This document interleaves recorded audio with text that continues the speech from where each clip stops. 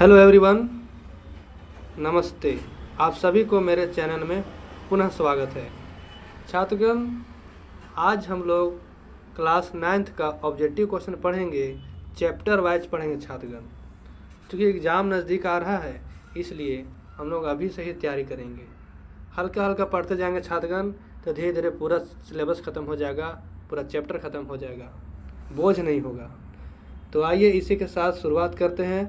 Verma today class 9th 2025 का question है छात्रगण, Verma today. इसको देखेंगे। चैप्टर 1 है अर्थशास्त्र, इकोनॉमिक्स। चैप्टर का नाम है पालमपुर। पालमपुर गांव की कहानी, इसके बारे में हम लोग जानेंगे छात्रगण। तो आप लोग इसे बने रहेंगे। आप लोग को पता होगा तो आप लोग जवाब कमेंट में ज़रूर जवाब दीजिएगा छात्रगण। तो चलिए देखते हैं पहला क्वेश्चन, अर्थशास्त्र, पालमपुर गांव की कहानी, क्लास 9th। पहला क्वेश्चन ध्यान से सुनिए छात्रगण। पालमपुर गांव के लोगों का मुख्य पेशा क्या था?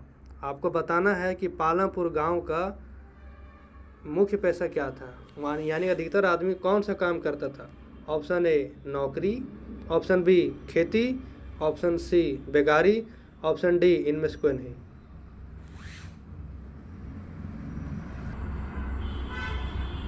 तो इसका सही जवाब है ऑप्शन बी खेती। चलिए बढ़ते हैं अगले क्वेश्चन की ओर। पालमपुर गांव में कितने प्रतिशत जनता खेती पर आश्रित थी? कितना प्रतिशत खेती पर आश्रित थी छात्रगण? ध्यान दीजिएगा।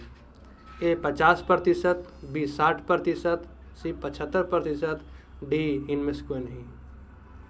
सही जवाब है ऑप्शन सी 75%। अगला क्वेश्चन, निम्न में से कौन सा राज्य जहां आधुनिक कृषि अपनाई गई है? बताना है कि कौन सा राज्य में आधुनिक कृषि किया जाता है। आधुनिक कृषि मतलब अभी लेटेस्ट टेक्नोलॉजी का प्रयोग करता है। पहले होता है पारंपरिक कृषि, मतलब कि पुराने रीति रिवाज से चलता है। तो आधुनिक कृषि जो अभी चलता है वर्तमान समय में, वो है ऑप्शन ए पंजाब। पंजाब अगर छात्रगण।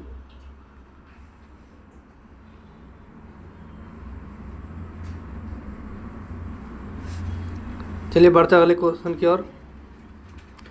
खरीफ ऋतु फसल की अवधि क्या है? यानी खरीफ फसल, ऋतु फसल भी समझेंगे।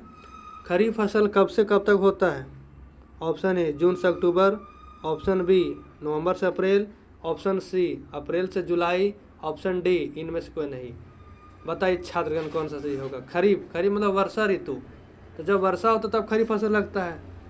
तो खरीफ मतलब जिसमें वर्षा का मौसम लगाया जैसे धान मक्का, कब लगता है? वर्षा का मौसम में। वर्षा शुरू कब होता है? जून से अक्टूबर में शुरू होता है। इसका सही आंसर होगा ऑप्शन ए जून से अक्टूबर। अगला क्वेश्चन, ऋतु फसल की अवधि क्या है? ऋतु मीन्स रबी फसल की अवधि क्या है? रबी मतलब कौन सा फसल होता है जो हम लोग ठंडा मौसम में लगाते हैं। तो ठंडा मौसम कब से कब तक रहेगा, सो भी दिमाग लगा सकते हैं। ऑप्शन ए जून से अक्टूबर। तो जून से अक्टूबर तो खरीफ वाला था, वो तो हो नहीं सकता है। तो शीत ऋतु में जो लगता है उसी को बोलते हैं रबी फसल। और शीत ऋतु नवंबर से अप्रैल होगा। इसका सही जवाब है ऑप्शन बी नवंबर से अप्रैल। अगला क्वेश्चन देखेंगे छात्र। पालमपुर गांव में कितने परिवार भूमिहीन है? यानी आप लोग को बताना है कि कितने परिवारों के पास भूमि नहीं था, जिसका ज़मीन नहीं था खेती बाड़ी के लिए। तो इसका सही जवाब है ऑप्शन बी 150 परिवार ऐसे हैं जिनके पास ज़मीन नहीं था खेती बाड़ी, ये लोग मजदूर थे। अगला क्वेश्चन, पालमपुर में किसान वर्ष में कितनी फसल उगाते थे? एक साल में कितनी फसल उगाते थे? तो एक साल में वे लोग 4 फसल उगाते थे छात्रगण। ऑप्शन ए सही। अगला क्वेश्चन है, पालमपुर में कितने परिवार रहते हैं? अथवा इसको ऐसे पूछा जा सकता है कि पालमपुर में विभिन्न जातियों के कितने परिवार रहते हैं? Option A 350, option B 500, option C 400, option D 450। तो इसका सही जवाब है ऑप्शन डी 450। अगला क्वेश्चन, उत्पादन के मुख्य कारक कौन सा नहीं है? आप लोग पढ़े होंगे उत्पादन के लिए कौन कौन सा कारक जरूरी है।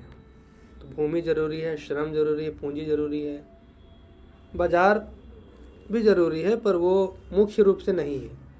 तो इसका सही जवाब होगा ऑप्शन डी बाजार। अगला क्वेश्चन, गेहूं चना जौ किस प्रकार का फसल है? गेहूं चना, तो गेहूं चना जो लगता है वो ठंडा मौसम में लगता है, और ठंडा मौसम में तो रबी फसल लगता है। तो इसका सही आंसर है ऑप्शन ए रबी। अगला क्वेश्चन, पालमपुर गांव के साथ निकटतम कौन सा बड़ा गांव जुड़ा हुआ है? यानी कि पालमपुर के बगल में कौन सा गांव था? Option A Shahpur, option B Raiganj, option C Solapur, option D Gopalganj. तो सही जवाब है option B Raiganj. Option B को लॉक किया जाए। नेक्स्ट क्वेश्चन, हरित क्रांति की मुख्य विशेषता क्या है? तो बताना है। हरित क्रांति मतलब कब आया था? 1960 के दशक में आया था भारत में। और ये क्यों आया था? खेती बढ़ाने के लिए। तो किस चीज़ की खेती बढ़ाने के लिए आया था हरित क्रांति भारत में? सो बताना है। ऑप्शन ए गेहूं तथा चावल में अप्रत्याशित वृद्धि, दूसरा ज्वार और बाजरा में के उत्पादन में कमी, तीसरा गन्ने के खेती में अप्रत्याशित कमी, डी इनमें से कोई नहीं। तो आपको पता होगा कि इसका आंसर होगा ऑप्शन ए गेहूं और चावल में अप्रत्याशित वृद्धि। तो जब हरित क्रांति आया था तो मुख्य रूप से गेहूं और चावल में जोर दिया गया था। तो इसका आंसर होगा ऑप्शन ए गेहूं और चावल में वृद्धि। अगला क्वेश्चन, HYV का क्या तात्पर्य है? HYV छात्र एक प्रकार का बीज है। तो जब हरित क्रांति आया था तो HYV हाइब्रिड बीज लगाया गया था, जिसका उद्देश्य था कि अधिक से अधिक उत्पादन हो, क्योंकि उस समय अकाल आ गया था 1960 के आसपास। तो HYV क्या है? एक बीज है। अब देखते हैं कौन सा ऑप्शन है। ऑप्शन ए अधिक उत्पादन करने वाले बीज, ऑप्शन बी निम्न उत्पादन करने वाले बीज, ऑप्शन सी अधिक उत्पादन करने वाला खेत कहाँ से उत्पादन होगा? बीज लगाएंगे तो खेत हो जाएगा। ऑप्शन डी निम्न उत्पादन करने वाला खेत। तो अगर एग्जाम में समझ में नहीं आ रहा है कि कौन सा टिक करे, तो पहले देखो कौन सा ऑप्शन गलत है, कौन हो नहीं सकता है, पहले उसको क्रॉस कर दो, उसको काट दो। तो ऑप्शन सी जो बोल रहा है कि उत्पादन करने वाला खेत तो उत्पादन होगा नहीं। ऑप्शन डी भी बोल रहा है उत्पादन करने वाला खेत तो उत्पादन होता है। हम लोग खेत कहाँ से उत्पादन करते हैं?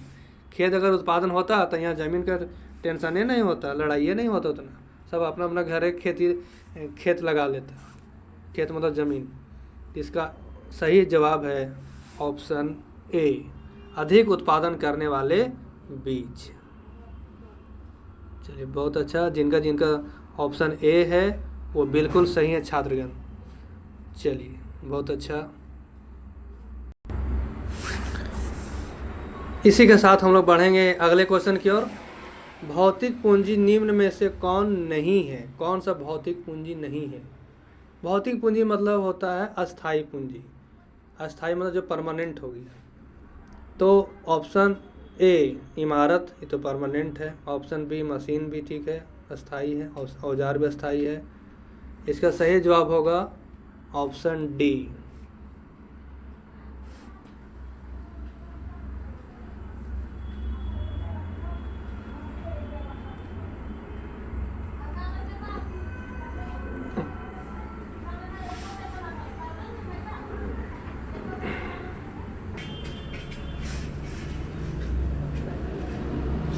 ट्रैक्टर। अगला क्वेश्चन, शानदार, जबरदस्त, जिंदाबाद। खरीफ फसल किस मौसम में होता है? खरीफ मतलब चावल वाला कब होता है? गर्मी में, दूसरा वर्षा में, सर्दी में या बसंत ऋतु में? और चावल तो कब लगता है सब जानता है बाबू। इसका ऑप्शन है ऑप्शन बी। इसका जो आंसर है ऑप्शन बी है वह वर्षा ऋतु। वर्षा ऋतु। नेक्स्ट क्वेश्चन, किस खाद्य फसल का उत्पादन हरित क्रांति के कारण बढ़ा? खाद्य फसल मतलब कि कौन सा फसल जो खाने वाला है जो हरित क्रांति में बढ़ा? ऑप्शन ए मक्का तथा तिलहन, ऑप्शन बी दलहन तथा चावल, ऑप्शन सी चावल तथा गेहूँ, ऑप्शन डी जौ तथा चावल।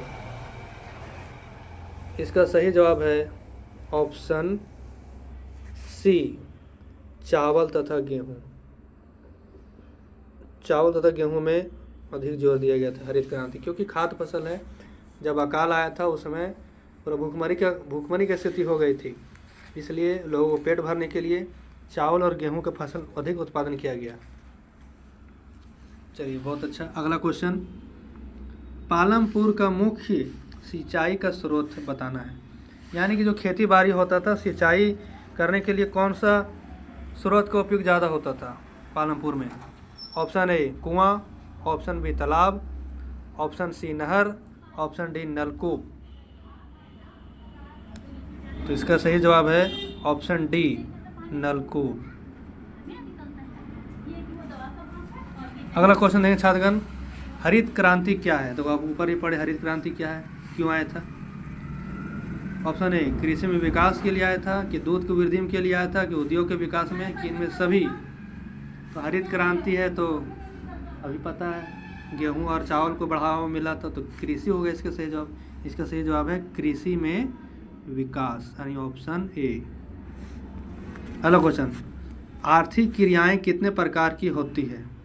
आर्थिक क्रिया मतलब क्या होता है? वैसी क्रिया जिसे करने से हमें धन की प्राप्ति होती है, जो हम लोग पैसा कमाते हैं, वो सभी आर्थिक क्रिया है। तो ये 2 प्रकार की होती है। इसका ऑप्शन ए सही होगा, 2 प्रकार का। कैसे 2 प्रकार का?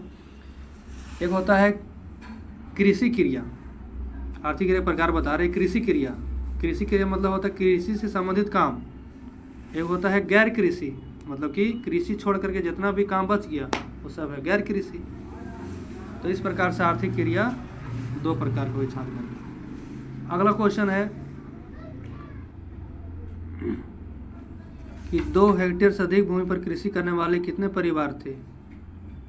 2 हेक्टेयर से अधिक भूमि पर कृषि करने वाले कितने परिवार थे छात्रगण? ऑप्शन ए 75 परिवार, ऑप्शन बी 60 परिवार, ऑप्शन सी 150 परिवार, ऑप्शन डी 240 परिवार।